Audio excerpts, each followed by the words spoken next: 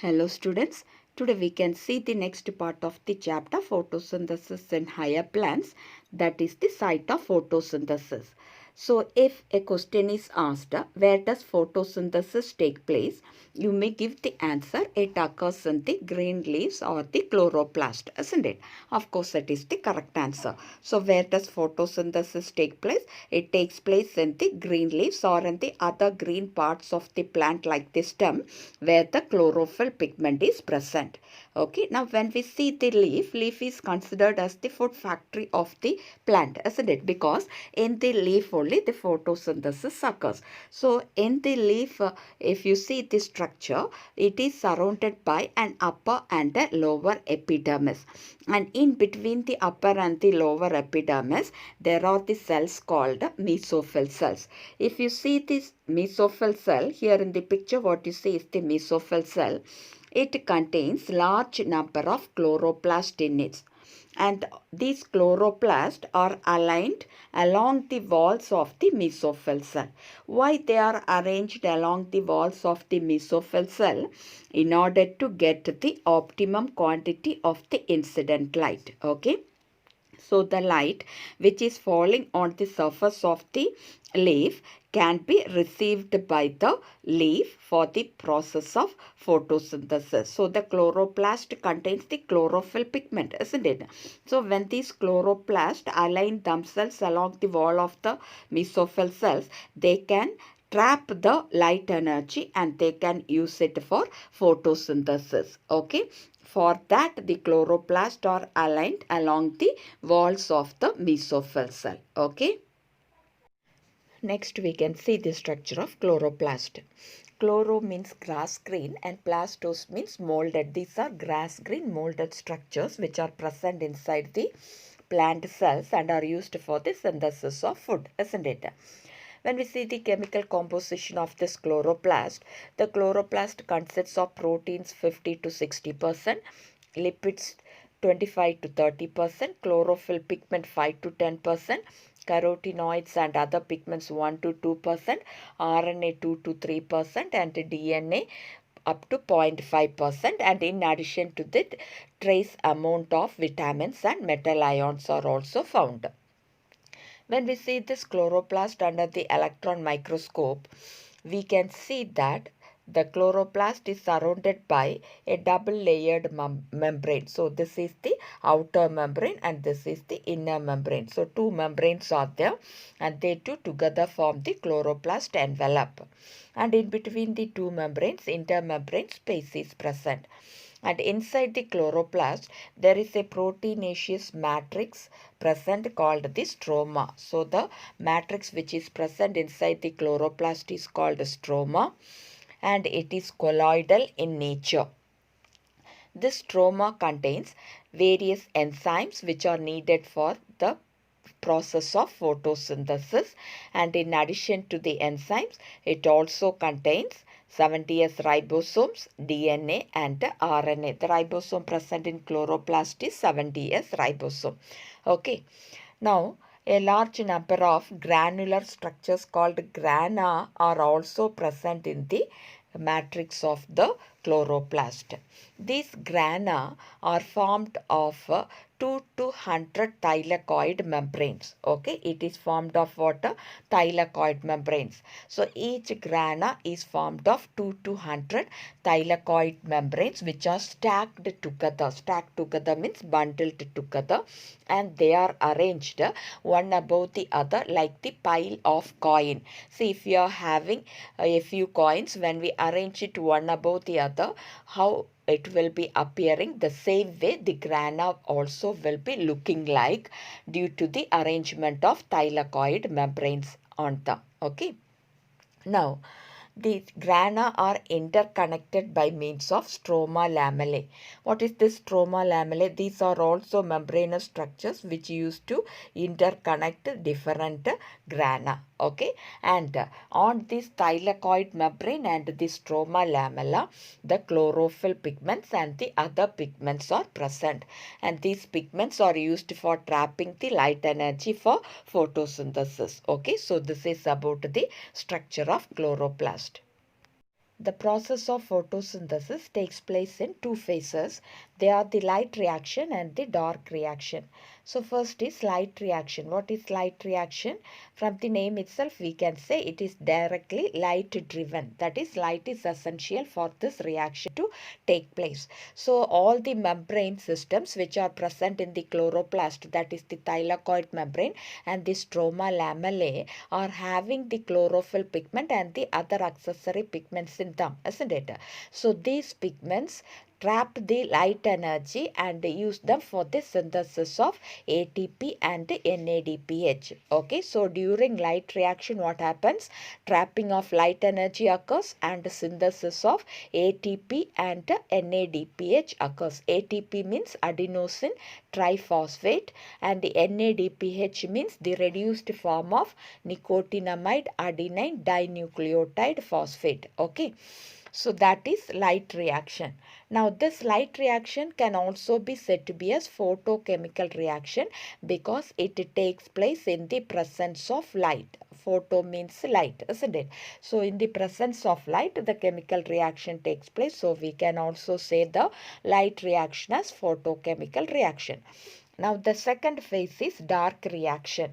So from the name itself it is clear it can take place in the dark, isn't it? That is, it is not dependent on light. So we can say it is not directly light driven, but it require the products of light reaction. Okay, it utilizes the product of light reaction for reducing carbon dioxide to carbohydrate. So what are the products of light reaction? ATP and NADPH. So the ATP and NADPH which are synthesized in the light reaction will be utilized in the dark reaction for the reduction of carbon dioxide to carbohydrate. Okay. So dark reaction means don't think that it will take place only in dark. It is not like that. Even it can take place in light time also, daytime also when light is available. But it do not need any light for the reaction to take place. Okay. Yes, and this reaction, dark reaction, is also said to be as biosynthetic phase. Why it is said to be biosynthetic phase? Because during this dark reaction, carbon dioxide will be reduced to carbohydrate. That is, the food will be synthesized. Okay. What are the pigments which are involved in photosynthesis? When we take a green leaf, we may think that green colored pigment chlorophyll is present in the leaf and that is involved in photosynthesis. But when we use paper chromatography and separate the pigments present in the leaf, we can get four pigments in them. What are the four pigments? Chlorophyll A, chlorophyll B, xanthophyll and carotenoids. Chlorophyll A will be bright or blue-green color in the chromatogram. Chlorophyll B will be yellow-green in color. Xanthophyll will be yellow in color and carotenoids will be yellow to yellow-orange in color. What is the role of this pigment in photosynthesis? Pigments are substances that have the ability to absorb light at a specific wavelength. So different pigments can absorb light with different wavelengths. Okay, you know the visible spectrum of light, that is the VIBGR. So this VIBGR is having different colored light which can be absorbed by the different pigments. Okay, so when we plot a graph showing the absorption spectrum of chlorophyll A, B and the carotenoids, in the x-axis if you are taking wavelength and in the y-axis if you take the absorption of light by the pigments, we can see that the chlorophyll A is having the maximum absorption of light at the blue color and the red color, isn't it? So chlorophyll A is capable of absorbing more amount of blue light as well as the red light. Compared to that chlorophyll B, if you take, there also you can see the blue color it is absorbing in more amount, but when we take the red light it is having or it is showing less absorption. Okay, so and carotenoid you see it is less than chlorophyll A and B. So we can say that among the three pigments, chlorophyll A is capable of absorbing more amount of light, and that to which colored light? The blue color and the red colored light. Okay, so maximum absorption of light is shown by chlorophyll A. So chlorophyll A is considered as the major pigment. Okay. Here you can see the action spectrum of photosynthesis. So here in the x-axis the wavelength is taken, and in the y-axis the rate of photosynthesis is taken, and you can see the rate of photosynthesis is maximum in the blue light as well as in the red light range, isn't it? So when we compare this with the absorption of light by the pigment, you can see the chlorophyll A is having the maximum absorption in the blue light as well as in the red light. So the maximum rate of photosynthesis also occurs in the blue light range wavelength as well as in the red light wavelength. Okay, that's why chlorophyll A is considered as the major pigment, because it is having the maximum absorption in the blue light as well as in the red light wavelength. Okay. These graphs show that most of the photosynthesis take place in the blue and the red regions of the spectrum, isn't it? But some photosynthesis also take place in the other wavelength of the visible spectrum. So how it happens? We have seen that chlorophyll A is the main pigment responsible for trapping the light energy, isn't it? But in addition to this chlorophyll A pigment, there are other thylakoid pigments like chlorophyll B, xanthophyll and carotenoids. So these pigments are said to be as the accessory pigments. Chlorophyll A is the main pigment, and chlorophyll B, xanthophyll and carotenoids are said to be as the accessory pigments. So what is the function of this accessory pigments? They also absorb light and transfer that light energy to chlorophyll A. Okay, so when they do that, they enable a wider range of wavelength of incoming light to be utilized for photosynthesis. Okay, so they can enable a wider range of wavelength of incoming light to be utilized for photosynthesis, as they also absorb the light energy and then they transfer that energy to chlorophyll A. Okay, then one more role is there for this accessory pigment, that is they can protect the chlorophyll A from photooxidation. That is, when the chlorophyll A pigment is subjected to more intensity light, then there is chance for the oxidation of this chlorophyll A pigment.